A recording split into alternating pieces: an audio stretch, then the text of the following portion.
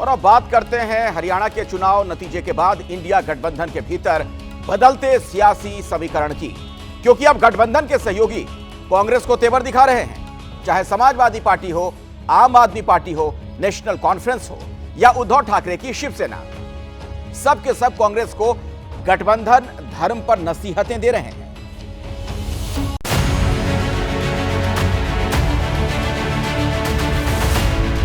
हरियाणा में कांग्रेस की हार पर एक दिन की गर्द पड़ी, लेकिन हिली हुई साख पर सहयोगियों के आंख दिखाने का सिलसिला नहीं थमा।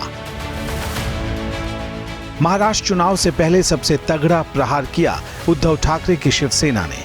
पार्टी के मुखपत्र सामना में सीधे कांग्रेस संगठन को कमजोर बताया गया और लगे हाथ पार्टी को अति आत्मविश्वास का शिकार भी बता डाला। हरियाणा में इंडिया गठबंधन नहीं बन पाया क्योंकि वहां कांग्रेस को लगता था कि बस हम अपने ताकत पर, अपने बलबूते पर जीतेंगे तो सत्ता में और कोई भागीदार नहीं चाहिए। कुछ बातें ऐसी है जो हरियाणा में हुई है, जो नहीं होनी चाहिए थी, वो महाराष्ट्र में हमको दुरुस्त करनी पड़ेगी। लोकसभा चुनाव में महाराष्ट्र में 1 से 13 सीट पर पहुंची कांग्रेस इस बार विधानसभा चुनाव में अपना किरदार बड़ा करना चाहती थी, इसलिए उसे संजय राउत की बात चुभ गई।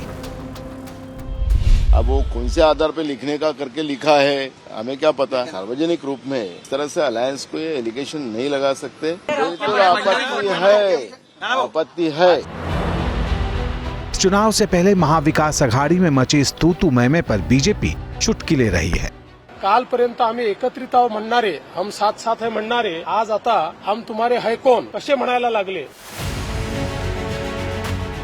हरियाणा की हार ने कांग्रेस के लिए चुनौती सिर्फ महाराष्ट्र में नहीं बढ़ाई है, इंडिया गठबंधन के सहयोगी दूसरे राज्यों में भी तेवर दिखा रहे हैं। सारे सहयोगियों को उन सबकी मदद लेनी चाहिए थी। चाहे भले ही कितना चुनाव जीत रहे हो आप, फिर भी अपनी जीत को बड़ा करने की कोशिश करनी चाहिए और सबको साथ लेके चलना चाहिए। यही हाल जम्मू कश्मीर की सत्ता संभालने जा रही नेशनल कॉन्फ्रेंस और हरियाणा की 88 में से 87 सीट पर जमानत जब्त करवा चुकी आम आदमी पार्टी का है। कांग्रेस के लिए सब नसीहत का पिटारा खोलकर बैठे हैं। गठबंधन नहीं किया, अब इसके बारे में कांग्रेस पार्टी से पूछिए उन्होंने क्यों नहीं किया। अब उनके बहुत सारे बयान उनके नेताओं के सोशल मीडिया पे वायरल हो रहे हैं, हमको कुछ समझते ही नहीं थे। जो लोग मतलब अपनी कपड़े तैयार करके राजभवन का जो है रास्ता नाप रहे थे, वो बेचारे घर में बैठे रहे और बीजेपी ने तीसरी बार वहाँ हुकूमत बनाई। अब इसके पीछे क्या वजूहात हैं, उस पर कांग्रेस को थोड़ा सा तो गहराई में जाके सोचना होगा। जैसे ही घड़ी का काटा दोपहर 2:30 पे आए, बबीता जी का दिल सास बहू साजिश के लिए मचल जाए। और ये है इनकी बहू, पूरे दिन ऑफिस की टेंशन हो जाए गॉन जब ये करें अपना फेवरेट शो फ्री टाइम पे ऑन।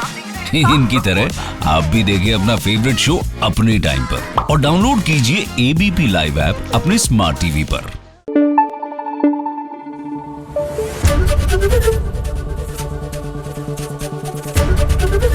एबीपी न्यूज आपको रखे आगे।